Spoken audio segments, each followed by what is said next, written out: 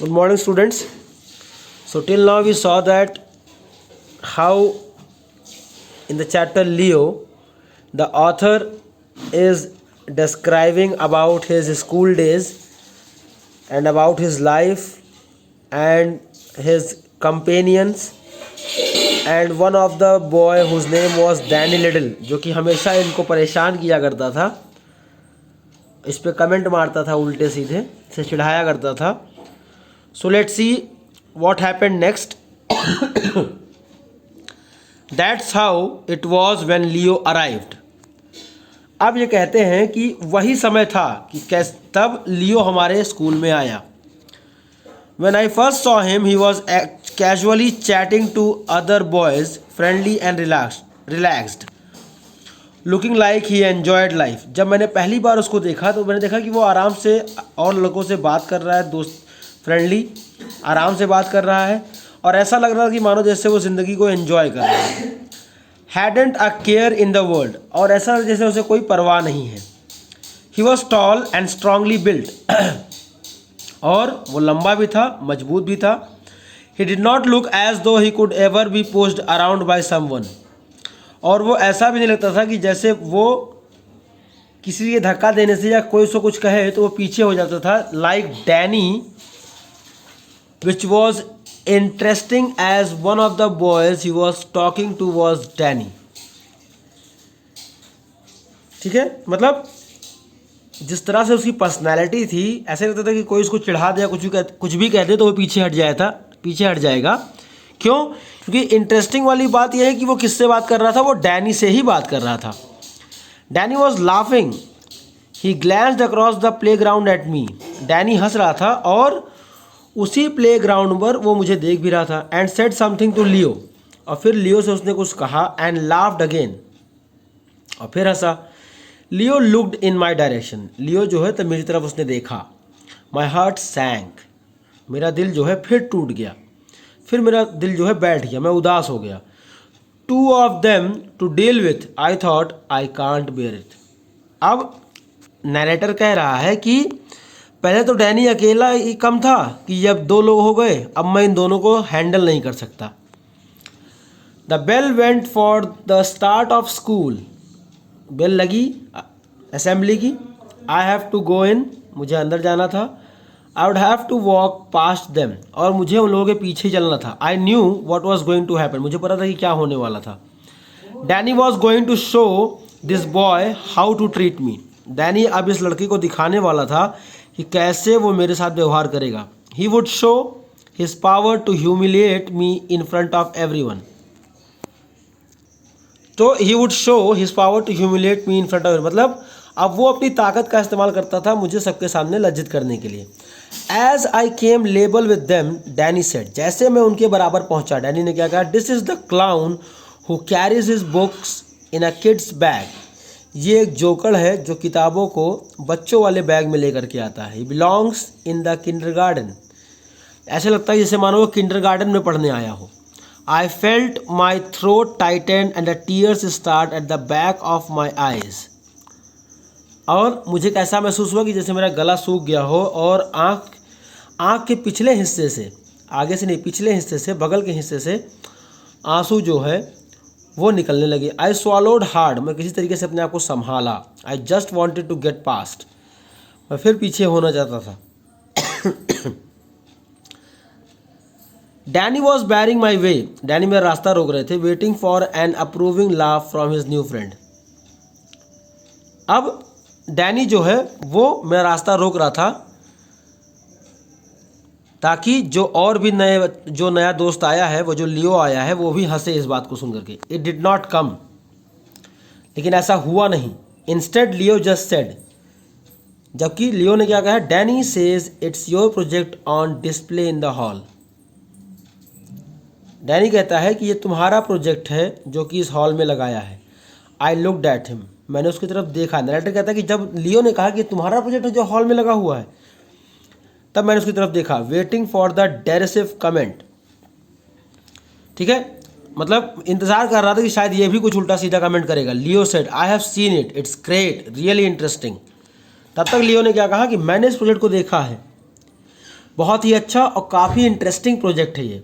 That was all I stared at him. और जब मैंने देखा कि अरे इसने तो बिल्कुल मामला ही पलट दिया, इसने तो अच्छी तारीफ की मेरी। Danny stared at him, Danny घूरने लगा लियो को।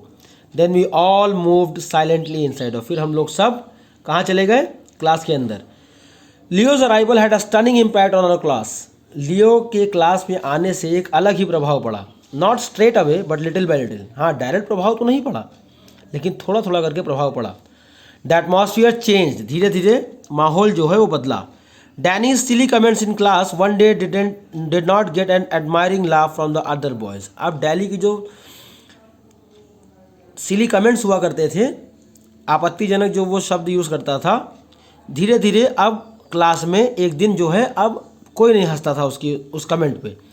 One day I notice that it was not just me who was answering questions but the other boys were joining in.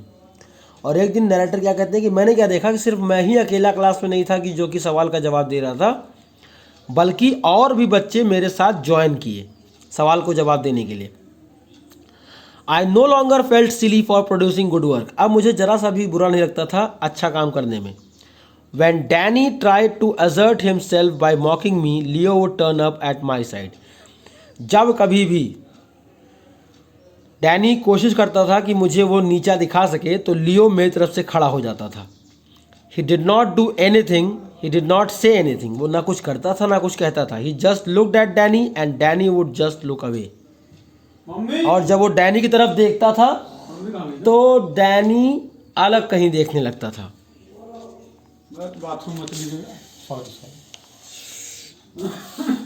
I had thought so many times about what I would do to Danny if I was bigger. मैंने कई बार सोचा कि अगर मैं बड़ा होता तो मैं डैनी के साथ क्या करता। Leo was bigger, लियो बड़ा था, but he did not do any of them. लेकिन लियो कुछ करता नहीं था। You might have thought that two giants would need to fight it out. अब नरेटर हम लोग से कह रहे हैं कि हम लोगों को क्या लगा था कि अब दो लंबे लंबे लड़के आ गए तो शायद आपस में लड़ें। Eventually I realise that Leo did not need to use his strength like that. लेकिन मैंने इस बात को समझा कि लियो जो है वो लड़ेगा नहीं, अपना वो ताकत का इस्तेमाल नहीं करेगा। Just being the way he was enough to make Danny back down. जिस तरह से वो था उसी तरीके से वो डैनी को नीचे कर सकता था। Danny had used his strength to frighten because deep down he was afraid. Danny ने अपना ताकत लगाया डराने के लिए। क्यों? क्योंकि उसे डर था अंदर ही अंदर कि people would not respect him and because of that they never had. और इसीलिए उसने जो है कहा कि लोग उसकी जो इज़्ज़त करते हैं वो नहीं करेंगे, और इसीलिए उसने कभी लियो से वो उलझा नहीं। His power vanished like morning mist. और देखते ही देखते उसकी जो ताकत थी वो धीरे धीरे जैसे सुबह का कोहरा होता है ख़त्म हो जाए वैसे ही ख़त्म हो गया। Leo was not the cleverest, he was not the best sportsman और आर्टिस्ट। लियो ना ही बहुत चतुर था, ना ही बहुत अच्छा स्पोर्ट्समैन था, और ना ही कोई कलाकार था। But everything he did to the best of his ability. लेकिन जो भी उसने किया उसने अपने काबिलियत के बल पे किया। Gradually I realise that was what gave him confidence. और धीरे धीरे मुझे एहसास हुआ कि यही उसकी जो काबिलियत है वही उसके अंदर कॉन्फिडेंस लेवल बढ़ाती है। One warm day sitting in Sunny corner of the play ground. एक दिन गर्मी के दिन में जब धूप स्प्रिंग का महीना था, बसंत, मैं प्ले ग्राउंड के किनारे बैठा हुआ था कोने में। आई टोल्ड हिम, मैंने उससे कहा लियो से, what a difference he had made to me. उसने क्या अंतर लाया है मेरे लिए। He just smiled and said. Leo सिर्फ मुस्कुराता है। मतलब नरेटर कहता है कि मैंने क्या कहा कि तुमने क्या अंतर ला करके मेरी ज़िंदगी में किया, तो वो सिर्फ मुस्कुराया और कहा everybody should have the freedom to do the best. हर कोई स्वतंत्र है अपने आप में बेस्ट करने के लिए। They can in the best way they can. और जितना अच्छा वो कर सकते हैं वो स्वतंत्र है वो करने के लिए। Nobody should take that away from anyone.